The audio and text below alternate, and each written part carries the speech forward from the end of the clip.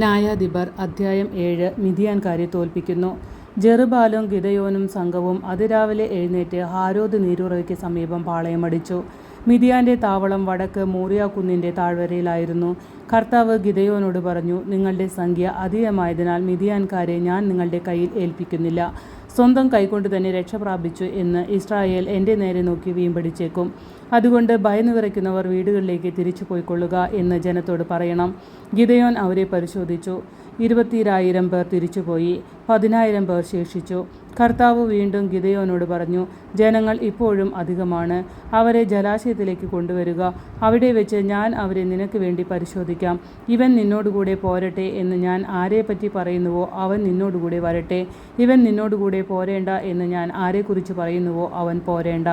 Gideon ജനത്തെ ജലത്തിന് സമീപം കൊണ്ടുവന്നു. കർത്താവ് പറഞ്ഞു, നായെപ്പോലെ വെള്ളം നക്കി കുടിക്കുന്നവരെ നീ മാറ്റി നിർത്തണം. മുട്ടുകുത്തി കുടിക്കുന്നവരെ വേറെയും നിർത്തുക.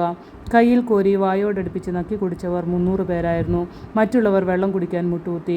കർത്താവ് ഗിദെയോനോട് പറഞ്ഞു, വെള്ളം നക്കി കുടിച്ച 300 പേരെ കൊണ്ട് ഞാൻ നിങ്ങളെ വീണ്ടെടുക്കും. മിദ്യാൻകാരെ നിന്റെ കയ്യിൽ ഏൽപ്പിക്കും. മറ്റുള്ളവർ താന്താങ്ങളുടെ ഭവനങ്ങളിലേക്ക് പോകട്ടെ. അവർ ജനത്തിൽ നിന്ന് കാഹളങ്ങളും ഭരണികളും ശേഖരിച്ചു.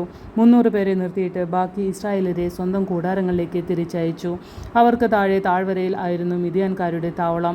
ആ രാത്രിയിൽ കർത്താവ് അവനോട് പറഞ്ഞു, എഴുന്നേറ്റ് താവളത്തിനരികിലേക്ക് ചെല്ലുക. ഞാൻ അത് നിനക്ക് വിട്ടു തന്നിരിക്കുന്നു. എന്നാൽ താഴേക്ക് ഇറങ്ങിച്ചെല്ലാൻ നിനക്ക് ഭയമാണെങ്കിൽ ഭൃത്യൻ പൂരായെ കൂടി കൊണ്ടുപോകുക. അവൻ പറയുന്നത് നീ കേൾക്കുക. അപ്പോൾ താവളത്തിനെതിരെ നീങ്ങാൻ നിനക്ക് കരുത്ത് ലഭിക്കും. ഭൃത്യനായ പൂരായോടുകൂടെ ആയുധധാരികളായ ശത്രുഭടന്മാരുടെ പുറംതാവളത്തിലേക്ക് അവർ ഇറങ്ങിച്ചെന്നു. മിദ്യാൻകാർ, അമലേക്യർ, പൗരസ്ത്യർ ഇവരുടെ കൂട്ടം താഴ്വരയിൽ വെട്ടുകിളികളെ പോലെ അസംഖ്യമായിരുന്നു. അവരുടെ ഒട്ടകങ്ങൾ കടൽപ്പുറത്തെ മണൽ പോലെ സംഖ്യാതീതമായിരുന്നു. ഗിദെയോൻ ചെല്ലുമ്പോൾ ഒരാൾ സ്നേഹിതനോട് ഒരു സ്വപ്നം വിവരിക്കുകയായിരുന്നു. അവൻ പറഞ്ഞു, ഞാൻ ഒരു സ്വപ്നം കണ്ടു. മിദ്യാൻകാരുടെ താവളത്തിലേക്ക് ഒരു ബാർലിയപ്പം ഉരുണ്ടുരുണ്ടു വന്ന് കൂടാരത്തിന്മേൽ തട്ടി. കൂടാരം മേൽക്കീഴായി മറിഞ്ഞ് നിലം പരിചയമായി. അവൻ്റെ സ്നേഹിതൻ പറഞ്ഞു, ഇത് ഇസ്രായേലിനായ യോവാഷിൻ്റെ പുത്രൻ ഗിദെയോൻ്റെ വാളല്ലാതെ മറ്റൊന്നുമല്ല. അവൻ്റെ കൈകളിൽ ദൈവം മിദ്യാൻകാരെയും സൈന്യത്തെയും ഏൽപ്പിച്ചിരിക്കുന്നു. സ്വപ്നവും അതിൻ്റെ വ്യാഖ്യാനവും കേട്ടപ്പോൾ ഗിദെയോൻ ദൈവത്തെ വണങ്ങി. അവൻ ഇസ്രായേലിൻ്റെ താവളത്തിലേക്ക് തിരിച്ചു ചെന്ന് പറഞ്ഞു, എഴുന്നേൽക്കുവിൻ, കർത്താവ് മിദ്യാൻ സൈന്യത്തെ നിങ്ങളുടെ കരങ്ങളിൽ ഏൽപ്പിച്ചിരിക്കുന്നു. അവൻ ആ 300 പേരെ 3 ഗണമായി തിരിച്ചു. അവരുടെ കൈകളിൽ കാഹളങ്ങളും ഒഴിഞ്ഞ ഭരണികളിൽ പന്തങ്ങളും കൊടുത്തുകൊണ്ട് പറഞ്ഞു, എന്നെ നോക്കുവിൻ, ഞാൻ ചെയ്യുന്നത് പോലെ ചെയ്യുവിൻ. പാളയത്തിൻ്റെ അതിർത്തിയിൽ ചെല്ലുമ്പോൾ ഞാൻ ചെയ്യുന്നത് പോലെ നിങ്ങളും ചെയ്യണം. ഞാനും എൻ്റെ കൂടെയുള്ളവരും കാഹളം മുഴക്കുമ്പോൾ പാളയത്തിൻ്റെ എല്ലാ ഭാഗങ്ങളിലും കാഹളം മുഴക്കി കർത്താവിനും ഗിദെയോനും വേണ്ടി എന്ന് ഉദ്ഘോഷിക്കണം. മധ്യാമാരംഭത്തിൽ ഭടന്മാർ കാവൽ മാറുമ്പോൾ ഗിദെയോനും കൂടെയുള്ള 100 പേരും പാളയത്തിൻ്റെ അതിർത്തിയിലെത്തി. അവർ കാഹളം മുഴക്കി. കയ്യിലുണ്ടായിരുന്ന ഭരണികൾ ഉടച്ചു. 3 ഗണങ്ങളും കാഹളം മുഴക്കി ഭരണികൾ ഉടച്ചു.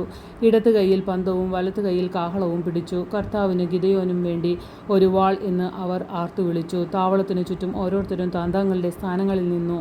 ശത്രുസേന ഓടിപ്പോയി. അവർ നിലവിളിച്ചുകൊണ്ട് ഓടി രക്ഷപ്പെട്ടു. ആ 300 കാഹളങ്ങൾ മുഴങ്ങിയപ്പോൾ തൻ്റെ കൂട്ടുകാരനെയും സഹയോദ്ധാക്കളെയും വാളുകൊണ്ട് വെട്ടാൻ കർത്താവ് പാളയത്തിലെ ഭടന്മാരെ പ്രേരിപ്പിച്ചു. പട്ടാളം സെരേറ ലക്ഷ്യമാക്കി ബത്ശിത്താവരെയും താപത്തിൽ കൂടി അബൽമെഹോലോയുടെ അതിരുവരെയും ഓടി. നഫ്താലി, ആഷേർ, മനാസെ ഗോത്രങ്ങളിൽ നിന്ന് വിളിച്ചുകൂടിയ ഇസ്രായേൽക്കാർ മിദ്യാൻകാരെ പിന്തുടർന്നു. ഗിദെയോൻ എഫ്രായിം മലനാടിൻ്റെ എല്ലാ ഭാഗങ്ങളിലും ദൂതന്മാരെ അയച്ചു പറഞ്ഞു, മിദ്യാൻകാർക്കെതിരെ ഇറങ്ങി വരുവിൻ. ബത്ബാറായും ജോർദാനും വരെയുള്ള ജലാശയങ്ങൾ പിടിച്ചടക്കുവിൻ. എഫ്രായിംകാർ ഒരുമിച്ചുകൂടി ബത്ബാറായും ജോർദാനും വരെയുള്ള ജലാശയങ്ങൾ കൈവശമാക്കി. മിദ്യാനെ പിന്തുടരവേ ഓറബ്, സേബ് എന്നീ മിദ്യാൻ പ്രഭുക്കളെ അവർ പിടികൂടി. ഓറബിനെ ഓറബ് ശിലയിൽ വെച്ചും സേബിനെ സേബ് മുന്തിരിച്ചക്കിനരികെ വെച്ചും കൊന്നുകളഞ്ഞു. ഓറബിൻ്റെയും സേബിൻ്റെയും തലകൾ അവർ ജോർദാൻ്റെ അക്കരെ ഗിദെയോൻ്റെ അടുത്ത് കൊണ്ടുചെന്നു.